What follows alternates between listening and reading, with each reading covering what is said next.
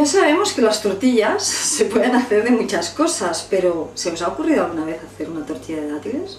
Pues a mí tampoco, y el otro día me lo dijeron. Y yo, como soy muy atrevida, pensé, vamos a hacer una tortilla de dátiles. Pues nada, he cogido dátil, pero natural, tú a tu bola, si te gustan de los otros, el huevo, un poquito de sal, jugando aquí con los contrastes de dulce y salado. ¿Y por qué no?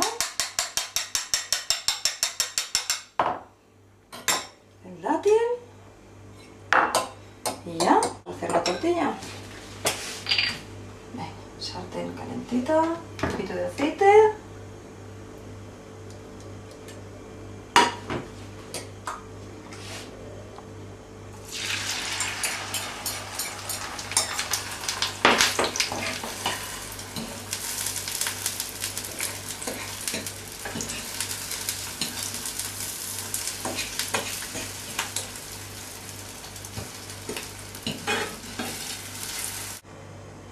Pues aquí está, tortilla de dátil, y con lo que lo vayas a acompañar, eso ya va a tu imaginación, que aproveche